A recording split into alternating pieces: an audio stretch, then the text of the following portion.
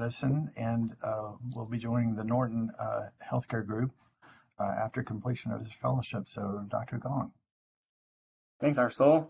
I'm glad that I get to talk today about this topic. I'm assuming, can everyone see my screen now that it's like full screen, or are y'all still seeing just the PowerPoint?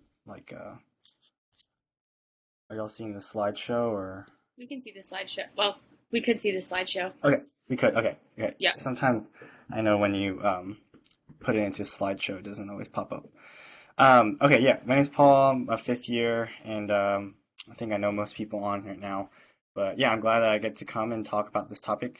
It is a topic that obviously I'm very interested in and passionate about, just because I'm pursuing a career now in pediatric headache, and of course, for whether pediatric or adult headache, migraine is probably the most common diagnosis that we see and manage. So I did want to touch on some new and emerging therapies within pediatric migraine that I think are really exciting and will definitely change the way we practice as neurologists in treating this diagnosis.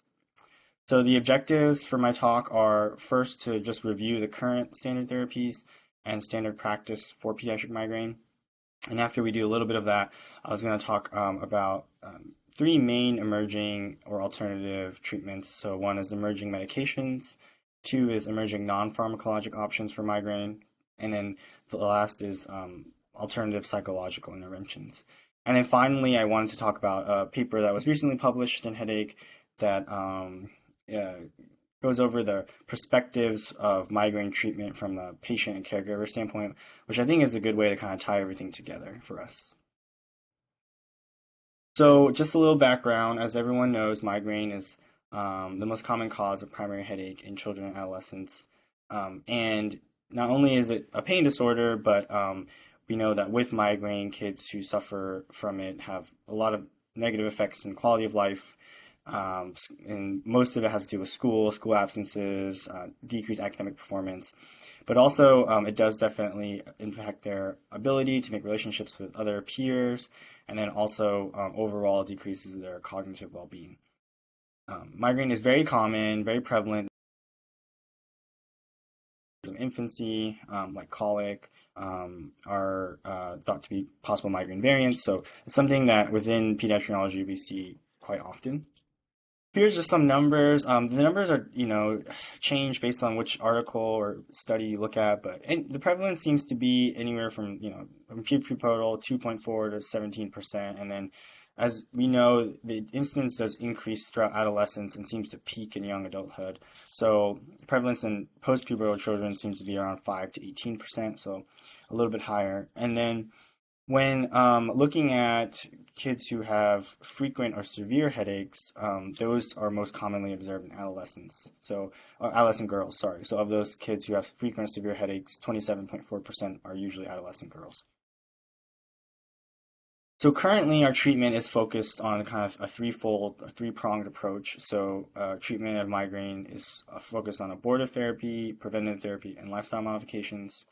And this is pretty similar to the adult population as well. So, of course, with abortive therapy, we're focusing on reducing symptoms for the acute attacks. Preventative is focused on reducing the frequency, severity, duration of attacks.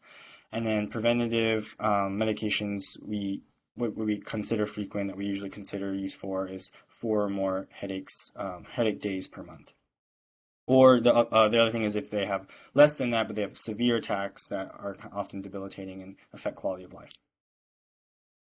So here's just a quick rundown of the abortive treatments we currently have. So over-the-counter analgesics are probably the first line and most commonly used. Ibuprofen seems to work better than like Tylenol or acetaminophen. And then there are 4 triptans approved for pediatrics. The only one below age 12 is rizatriptan.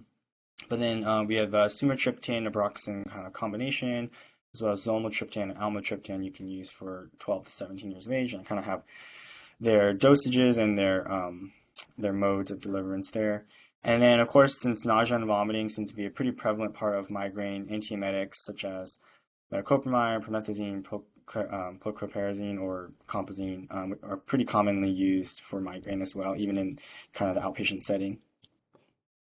As far as preventative treatments, there's no FDA-approved preventative treatment for migraine in kids less than 12 years of age. The one that is approved for 12 to 17 is topiramate. But other ones we do use, technically off-label, are nutraceuticals probably most commonly, which manganese oxide, riboflavin, and coenzyme Q10 seem to be the most common ones. But cyproheptadine is often used in younger kids. Beta blockers, such as propranolol, tricyclics, and then anti-seizure medications. Those kind of three medications are also commonly used in kids just as in adults. And then, of course, lifestyle modifications are a big part of treating pediatric migraine currently. And so I kind of have the main ones listed that have been studied in pediatrics that seems to impact and improve headaches. So adequate hydration, regular sleep, regular meals, especially not skipping breakfast, caffeine consumption or overconsumption can worsen migraines, regular physical activity, and then, of course, stress management, which in kids, especially in the teenage years, seems to be mostly related to school-related stress. So these are all things you can counsel families on to help modify to potentially improve headache management. And then, so those are kind of the current standard therapies. In terms of current standard practice, I wanted to briefly review the CHAMP trial, just because this is one of the biggest trials in pediatric migraine to date that I feel like has affected a lot of the way we think about pediatric migraine treatment and it has affected the way we manage pediatric migraine. So CHAMP trial stands for Childhood and Adolescent Migraine Prevention Study. It was a double-blinded, placebo-controlled, comparative effectiveness study of amitriptyline, topiramate, and placebo in prevention of childhood and adolescent migraine. So their primary outcome was the relative reduction of 50% or more in the number of headache days in comparison of the 28-day baseline prior to the trial. And then the big key points of this was that the trials actually stopped early due to futility and showed that neither amitriptyline or topiramate was more effective than placebo for reducing number of headache days over a period of 24 weeks. So here's a good kind of summary slide or bar graph that shows the patients who met the primary endpoint and the percentage of it. And as you can see, in any way that they analyze the data, the numbers look basically the same in terms of patients who had reduction of 50% or more number of headache days, and that includes placebo, right? Placebo was, in some ways better than amitriptyline and topiramate. Obviously, there were a lot of limitations to the study, and I listed some here. So I don't want to say that this study is a blanket kind of statement for all patients with pediatric migraine. They definitely had strict inclusion and exclusion criteria that affected the outcome. But I did want to just mention this trial just because I feel like it did kind of change the way we think about pediatric migraine, and that we seem to feel like the standard therapies with beta blockers, antihypertensives, and anti-seizure medications aren't necessarily better than other effects that may give a similar placebo type effect, whether that's nutraceuticals, whether that's lifestyle modifications, or psychological interventions. So to date, it seems like there's not effective prescription medications for migraine that necessarily have great data to support their effect in reducing number of headache days versus any other therapy. And that's where I feel like this talk may be helpful, is that there are now new emerging therapies, whether pharmacologic or non, that are starting to have some data to point to a improvement over just placebo or standard therapy. And so those are the ones I want to kind of highlight going forward. So we'll start with the big kind of topic in headache in these last few years. They're the anti-CGRP monoclonal antibodies.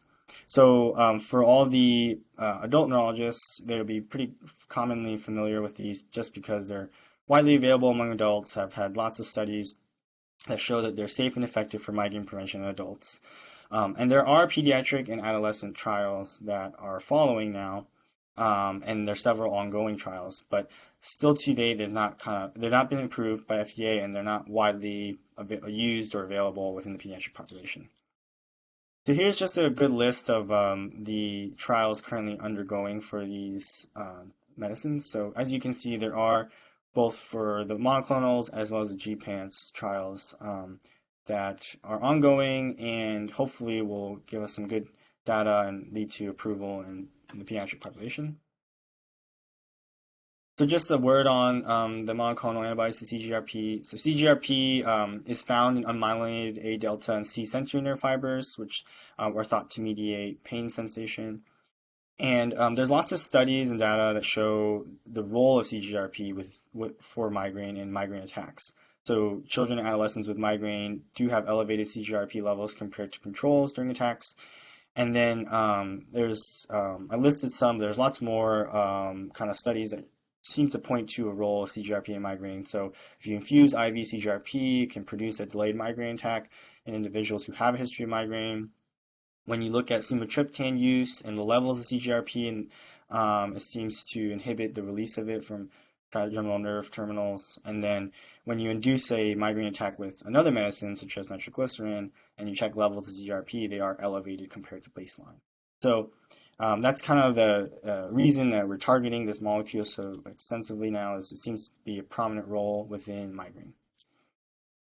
There's one study thus far that is a retrospective study. It's multi-site, kind of a cohort study that looked at adolescents who were prescribed a monoclonal antibody to CGRP.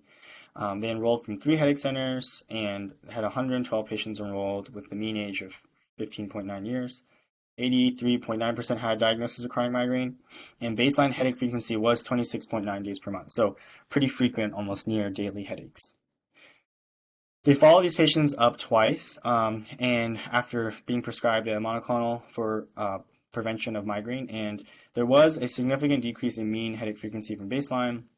So, 2 days less per month of migraine attacks, which for someone having, 27, 28 headaches a month, it doesn't seem like a lot, but, is significant. And then in terms of the perception of use, significant benefit was perceived by almost 30% at visit 1, and then a little over 30% at visit 2. About 33% reported significant functional improvement at visit 1, and then 22.4% at visit 2. And then of those who reported continuous headache, 12% had resolution of continuous headache at visit 1, and 16.7% at visit 2. And when you ask what was improved the most in terms of the quality or characteristic of their headaches, the most cited was severity.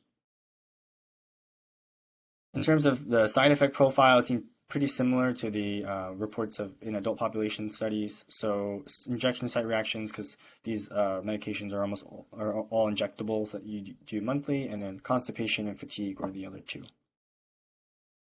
So that was the one study that we have so far. It was a retrospective cohort. Like I showed you, there are several prospective studies ongoing with the different monoclonal antibodies to assess safety and efficacy, but those as of yet mostly are still recruiting and have yet to conclude or have data to support any sort of conclusion. But we do have the kind of a recommendation that was written by pediatric headache experts. It was members of the Pediatric and Adolescent Headache Special Interest Group within the American Headache Society. So this would technically be classified as class 4 evidence or expert opinion, but it is something, a sort of guideline we have, the best guideline we have at this point, given that there's not rigorous data to support their use in pediatrics yet. So their pooled expert opinion, these are kind of the recommendations from that. So they recommend use mostly for post-pubertal adolescents experiencing relatively frequent migraine, which they classify as greater than or equal to 8 days per month, and with moderate or severe migraine-related disability measured by PGY-5 or other validated instruments. They recommend an initial trial for at least 2 months at the lowest available dose. After that 2-month period, if there's improvement, you can continue medication with the eventual goal of fewer than 1 headache per week. And then before ever considering a monoclonal antibody to CGRP, they recommend patients have had adequate trials of or have some sort of contraindication to the established current standard therapies that we kind of went over earlier. So those would be include the nutraceuticals, but also include the prescription medications such as topiramate, propranolol, and amitriptyline. And so they did want to caution use in some instances. Again, there's not great data to support that there are any safety concerns in these areas, but this is mostly theoretical, knowing the role of CGRP. It's not only in the nervous system and nerve terminals, it's also kind of throughout the body. So knowing the role of CGRP in other places in the body, and without having rigorous safety data as of yet, they do recommend against use in patients who have potentially compromised blood-brain barrier or recent peripheral nerve injury. So those are patients who, obviously had a stroke or meningitis or something like that. They recommend against use in adolescent females known to be pregnant, breastfeeding, or planning to become pregnant within the next 6 months, just because of the unknown possible teratogenic effects. Recommend use with caution in children and adolescents with known bone disease or significant osteopenia, just because of the role CGRP does have, seems to have in bone growth. They do recommend monitoring weight and BMI. They recommend considering avoidance in children with known immunodeficiency or who are receiving immunosuppressive medications, again, just because of CGRP's known role within the immune system.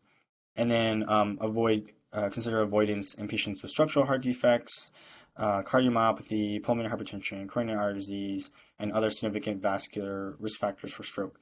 Again, just because of CGRP's role within the vascular system.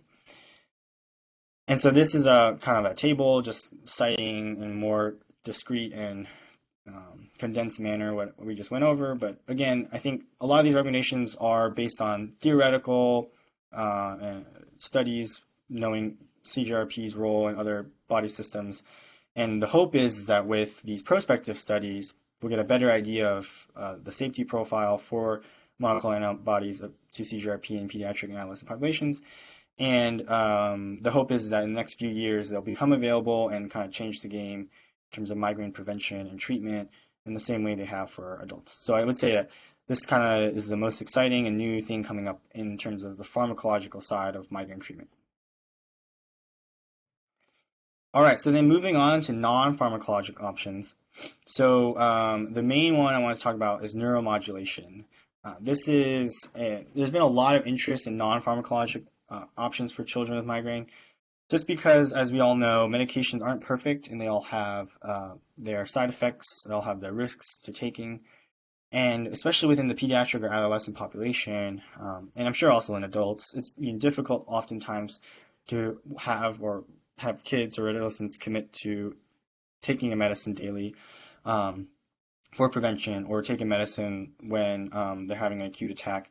So, sometimes compliance and adherence can be a barrier as well. So non-pharmacologic options have a lot of benefits above pharmacologic options. So one of the main ones is fewer side effects, of course, like I just talked about. But, within migraine, there's always a risk for medication overuse, especially with over-the-counter medicines. So these options, especially for acute therapy of migraine attacks, is a really good option to prevent that. So in general, these devices, there's devices that you buy and have to have with you, but they use electrical currents or magnetic fields to inhibit pain signaling in either the central or peripheral nervous system.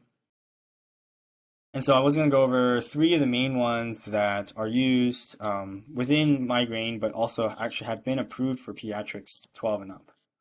So the first is TMS, or transcranial magnetic stimulation. So how this works is it induces a weak electrical current via, changing the magnetic field rapidly. And the most widely studied one for migraine and for kids is a single pulse TMS. And so there have been lots of studies of its use in conditions other than migraine that have shown that it is safe with no adverse events reported. So that's a kind of a good base that we have already. And actually in 2019, the FDA did approve it for acute and preventative treatment of migraine in adolescents. So the one that you can get for migraine is called Savvy Dual. So there's just one kind of small open label pilot study that was done based on the results, the FDA did approve its use in pediatric population. So this was done in adolescents aged 12 to 17 years of age to assess the feasibility and tolerability of TMS for migraine prevention. So it was a small study, only 21 patients enrolled, and they were instructed to use the device twice daily for migraine prevention. If you read the study, initially compliance was an issue just because there was a 15-minute wait period between the pulse. So they would pulse once and have to wait 15 minutes and pulse again. But once they actually changed that protocol to just giving 2 pulses back to back, the compliance was very stable and consistent. So patients used it 22 to 24 days out of a 28-day block. And yeah, again, now they have the device up to their neck and they send the pulse twice in the morning, and then they repeat it at night. No serious adverse effects reported, and there was a significant reduction in headache days of less 4.5 less days of headache, fewer days of headache, and then there was a reduction in the mean PGY-5 score of 36 points. So there was significant reduction in headache-related disability. This is what it looks like, and this is a kind of picture of how you use it. So again, it's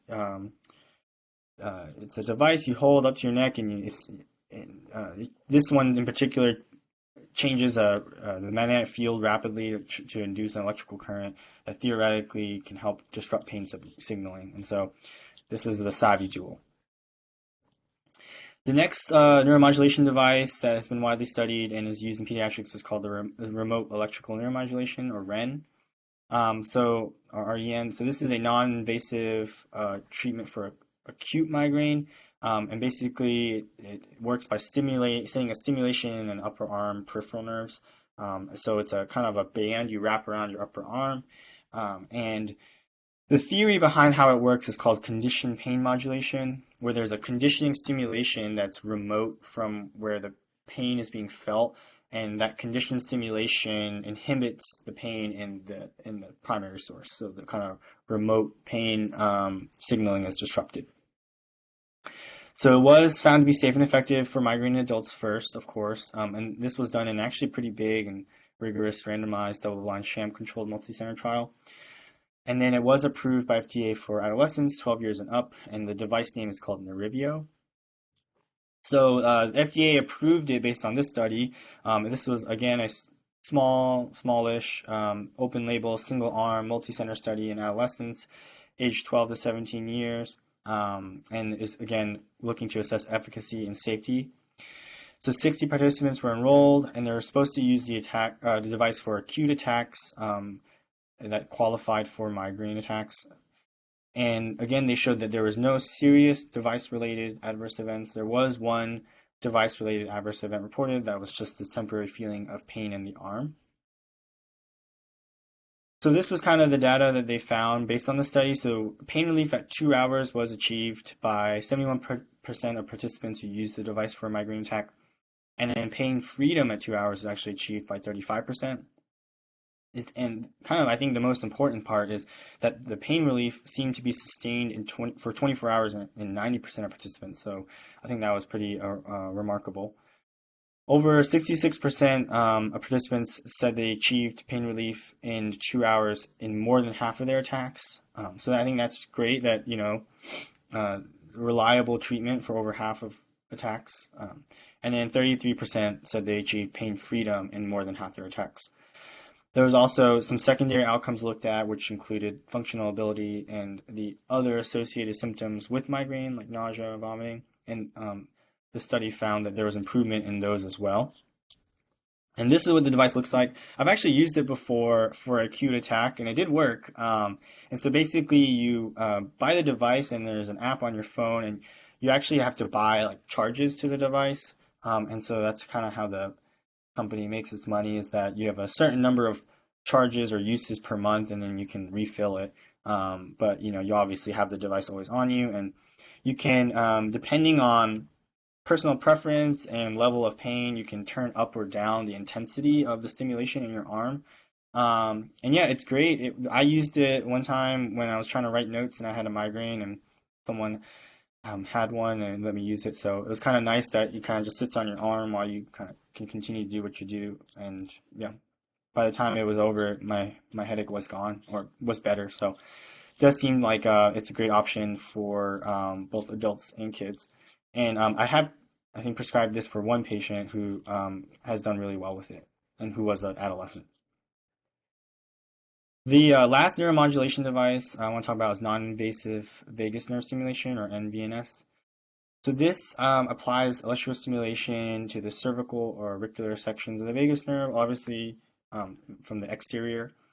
And this is, again, theorized to inhibit cortical spreading depression, which is what we thought is the underlying pathophysiology for migraine. And so it's inhibiting that cortical spreading depression by disrupting signals through the trigeminal vascular or trigeminal cervical pathway. This is also FDA approved for acute and preventative treatment of migraine in adolescents over the age of 12. And the device name, the brand name is called GammaCore. So there was a very, very small open label single arm study that assessed safety and tolerability of this device in adolescents. So they only had 9 adolescents enrolled, aged 13 to 18, all had a history of migraine, and they were instructed to use the device for self-treatment of migraine attacks over a 4-week trial period. So basically they were able, with an acute attack, they stimulated once on the right side of the neck. It's kind of, well, I'll show you a picture of the device, but it's kind of a little wand or square you hold up to your neck. With an additional stimulation, you can use 1 hour, within 1 hour as needed if you don't have appropriate pain relief. And they did find that patients had pain freedom after the first stimulation achieved in 40%, a little over 40% of the attacks, and no device-related adverse events reported. Again, this was a very small study, but FDA actually approved use based on the study. So, and there are hopefully going to be more studies coming out as it's more widely used.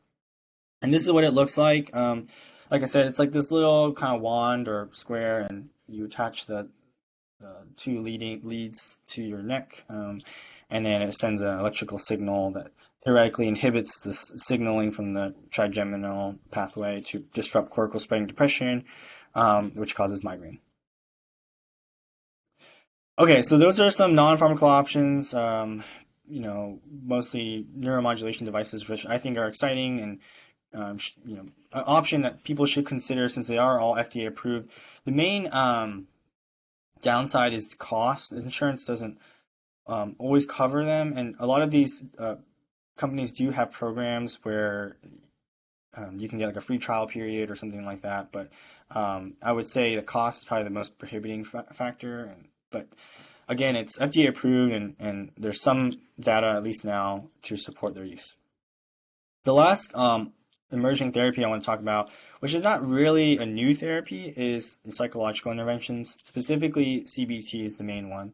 I think, as everyone knows, CBT is used for migraine. It has been used for migraine for years now and shown to be very effective. But I want to reiterate it because I feel like, as time goes on, more and more data and more support is coming out for psychological interventions in the treatment of migraine. And I do feel like it should be something that we consider more quickly and rapidly in treatment of migraine, especially when we feel like patients aren't getting better with standard treatment, standard medications.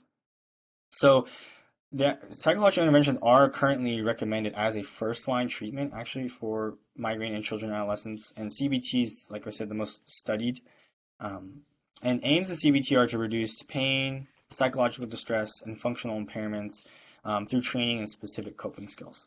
And so I was going to just go over a little bit about what CBT does, because I feel like a lot of times we kind of know what it is, and we know maybe its effects on migraine, but we don't quite understand or know what they actually do when they go to CBT.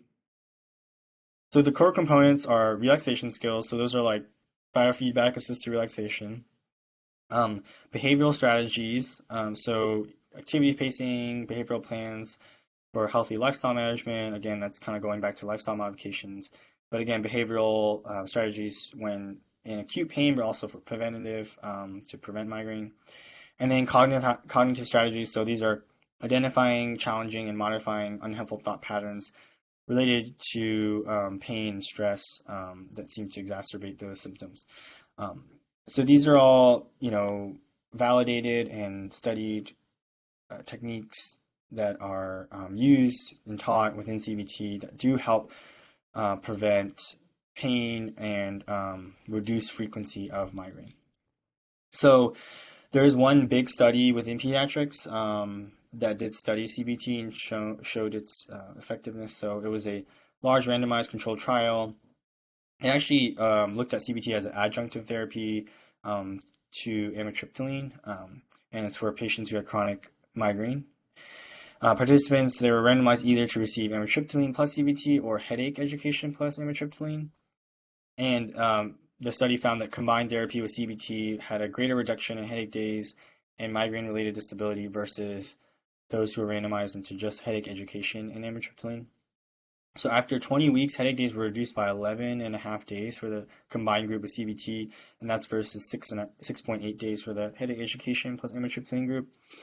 And yeah, that's significant. 11.5 days per month less of headache for these patients who have chronic migraine, who are having almost near daily headache, is a significant reduction for sure. And then the most recent Cochrane review on the effect of psychological interventions for pain, pediatric pain, there was a section that focused on migraine. And so there were 15 randomized controlled clinical trials that they found looking at psychological interventions as a whole, but of course most of those were focused on CBT. And based on the review of all those 15 trials, they found that psychological intervention, specifically CBT, is beneficial for reducing headache frequency and disability, both at immediately post-treatment and at follow-up in children and adolescents. So again, reiterating the fact that I think psychological treatments should be considered first line and should be quickly referred to for patients who have chronic migraine who are struggling and not responding to standard pharmacologic or medications. So a new psychological intervention that's coming out that doesn't quite have the best data to support it as of yet, and there are new studies hopefully coming out soon that will also support its use. It's called acceptance and commitment therapy, or ACT. So there are a lot of overlaps in what ACT does and with CBT.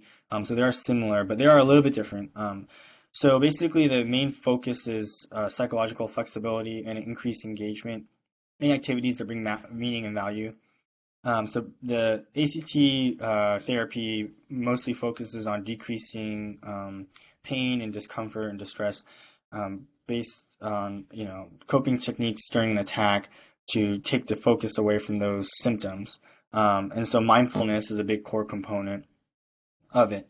And there are two kind of really small and not super well controlled studies, but they're there. But they are randomized control, but the controls aren't super robust. So they compared ACT to either a multidisciplinary treatment or to a control condition, which wasn't very well delineated in children with chronic pain, just in general. And they did find a greater improvement with ACT in quality of life, pain intensity / interference, and functional disability versus the either multidisciplinary treatment or the control condition, which again was not very well specified. So again, these are two really small and new studies that have just come out. Seems like based on them, the data would support that this is another therapy to consider, another psychological intervention to consider for chronic pain or migraine. And but I do think more studies will come out and also come. Like I said, there's a lot of overlap with CBT, so I do feel like there's going to be a lot of new studies that come out to support its use as well. And I wanted to end on a recent article published in Headache in 2022. That looked at the perspective of treatment and outcomes for migraine from the patient and caregiver standpoint. So basically, like I just said, it's looking at assessing the treatment preferences and the perceived quality of existing outcome measures. So it was a qualitative study, and they enrolled patients and their caregivers to participate in a semi-structured interview. And based on the responses they got to the interviews, they noticed 3 themes that came out in terms of the perception of treatment preferences and the quality of existing outcome measures. So 1 was symptom relief, which is looking beyond headache resolution. 2 is trade-offs between side effects and relief. And then the 3rd is child-centered treatment. So I wanted to kind of break those down a little bit and look at each. So theme 1, the symptom relief, they found actually that with these studies of adolescents who are suffering from migraine, that oftentimes those who prioritize pain relief, they stated that reduction in pain intensity, not complete relief of pain, was the most important goal for medication. So I thought that was really interesting because I feel like a lot of times we prioritize just resolution of pain. And then they also prioritized reduction in non-pain symptoms. So that's the nausea, the phonophobia, the dizziness, lightheadedness. And so those are kind of two things that came out from these interviews from adolescents who were interviewed in the realm of pain relief, which I thought was interesting. The second theme was trade-offs between side effects and relief, and I think this is kind of we already know this, but I thought it was good to be reiterated that they all acknowledge the role of side effects on their treatment preferences. Specifically, they acknowledge the importance of the side effects in the impact of their daily life, as well as the ability for them to adhere or comply to drug use. And there was kind of a risk-benefit analysis that these participants used in their own heads whenever thinking about taking a medication. And basically, at the end of the day, what it came down to was they were more willing to tolerate side effects if there was a higher chance of pain relief or headache prevention. So again, I think that's something we always think about when prescribing a medication already, but just to reiterate that this kind of risk-benefit analysis is not only important to us, but to patients, and something that should be considered whenever thinking about starting a new therapy. And then finally, the last theme was child-centered treatment. So this came from mostly caregivers who felt that they would prioritize and have preference for medications that are faster acting, and also kind of an age-appropriate route of administration. I think within the pediatric realm, that comes down to, can they swallow a tab or not? Is it dissolvable? A 6-year-old's not going to tolerate. Usually, probably an injectable triptan. If there's significant nausea, maybe a nasal spray option for abortive is more palatable. So, I think that's other things that we already consider, I feel like, already in the treatment for migraine, but this study reiterated the importance of it to our patients. So in conclusion, monoclonal antibodies, CGRP, have been so far shown to be safe and effective for acute and preventive treatment for migraine, but there are several prospective studies ongoing to hopefully reiterate that and provide enough data for approval for use in kids. Neuromodulation devices are safe and effective, as has been shown by multiple studies, and they, more importantly, are approved for use for both acute and preventative treatment of migraine in children and adolescents. So something definitely to consider if you feel like standard therapies are not working. Psychological interventions are recommended as first-line treatment, so I think we should always kind of have that at the top of our list of treatment options. And CBT is one that's most widely studied, probably most widely available, but there are newer therapies like ACT that are emerging. And again, reiterating that symptom relief, treatment side effects, and child-centered treatment are the important outcomes, from the perspective of our patients and their caregivers when it comes to treatment of migraine.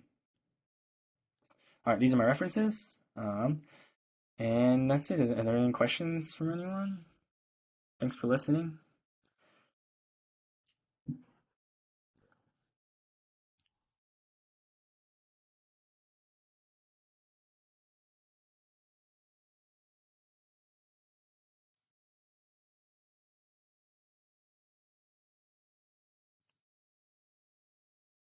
All right, well, I guess if there's no questions, I know that was a little quick, but that's all I have.